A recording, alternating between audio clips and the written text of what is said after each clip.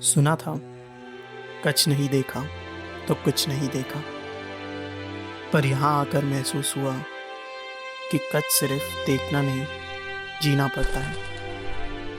सोचिए एक ऐसी जगह जहाँ ज़मीन और आसमान मिल जाते हैं, जहाँ 4500 साल पुराना इतिहास आज भी सांस लेता है, जहाँ एक सड़क शुरू होती तो दिखती है पर ख़त्म होती नहीं है। Welcome to the land of mystery, welcome to Kutch.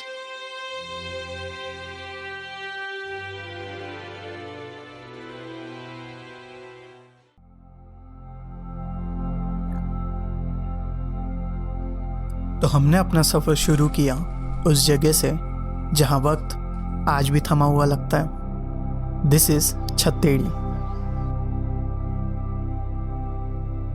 These structures are built in 18th century out of red sandstone. These structures are a perfect blend of Rajputana and Islamic architecture. जब धूप इन लाल पत्थरों पर पड़ती है, it feels like the stones are on fire, glowing with the glory of past.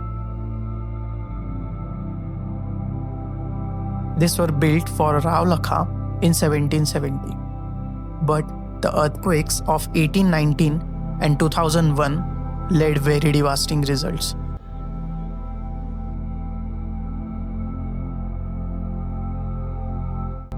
In earthquakes ने इन्हें तोड़ा जरूर है, पर इनकी ब्यूटी को खत्म नहीं कर पाए।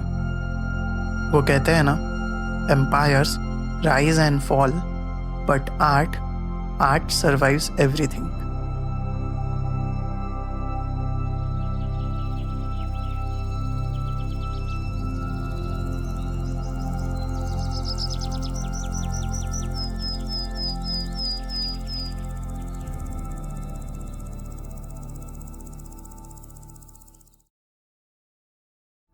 तो अब हम लोग निकल गए थे अपने नेक्स्ट स्पॉट के लिए, that is just 15 minutes away from the bustling streets of Bhuj.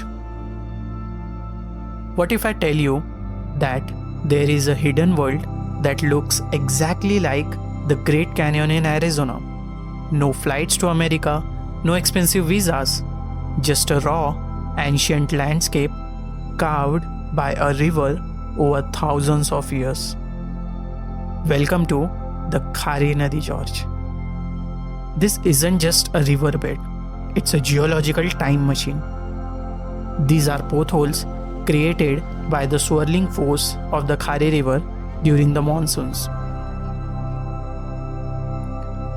Millions of years of water flow have sculptured these walls into these smooth, flowing shapes. It's quiet, it's grand, and it's one of those places that hasn't been ruined by over-tourism yet. This is the Great Canyon of Kutch.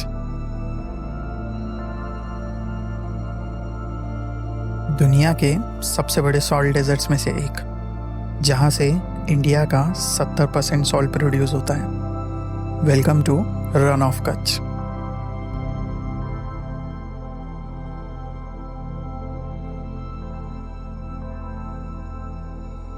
यहाँ हर साल रण उत्सव भी organise होता है, जो कि गुजरात का एक वर्ल्ड फेमस कल्चरल फेस्टिवल है।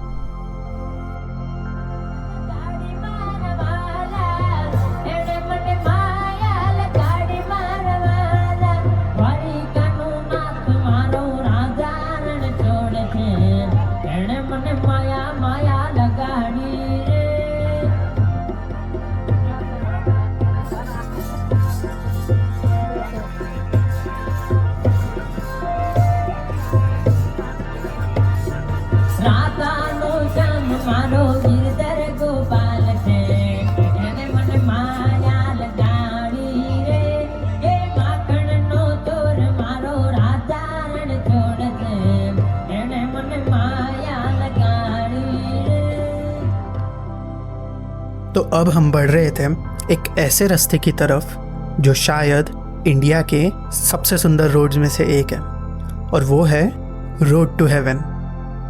एक तरफ नीला आसमान तो दूसरी तरफ बिखरा हुआ समंदर। बीच में ये रास्ता जैसे दो दुनिया को जोड़ रहा हो ऐसा लगता है।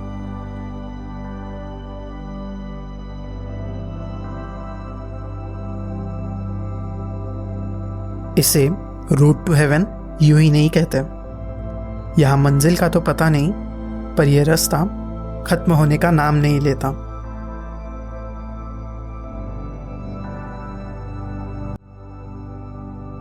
यहाँ आकर ऐसा एहसास होता है कि नेचर कितना वास्ट है और हम कितने छोटे हैं।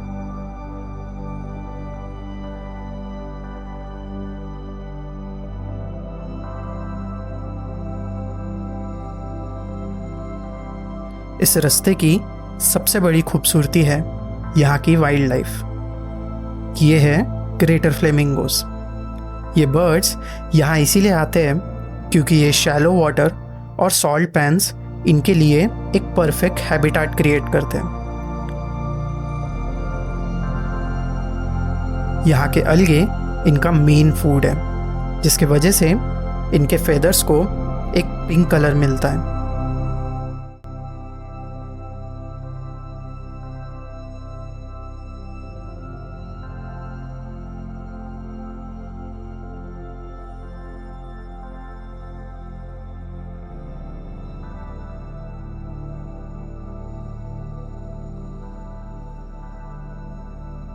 तो हमारा सफ़र एक ऐसे जगह आ गया है जहाँ वक्त थम सा गया है। Welcome to wood fossil park.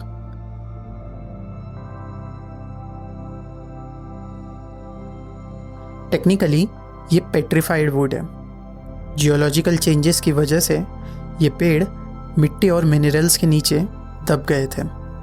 हज़ारों सालों तक ऑक्सीजन की कमी और मिनरल्स के रिएक्शन ने इन लकड़ियों को पत्थर में बदल दिया। अगर आप इन्हें छू कर देखें तो ये बिल्कुल ठंडे और सख्त है, लेकिन इनका टेक्सचर आज भी एक असली पेड़ की तरह दिखता है।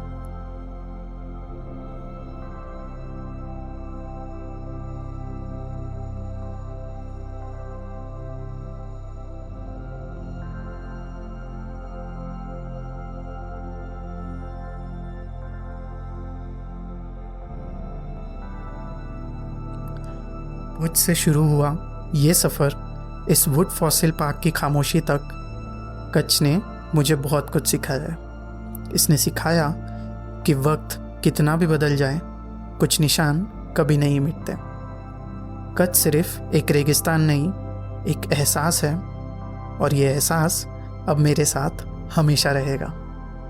तो मिलते हैं बहुत जल्द एक नई जगह और एक नई कहानी के साथ। Good bye.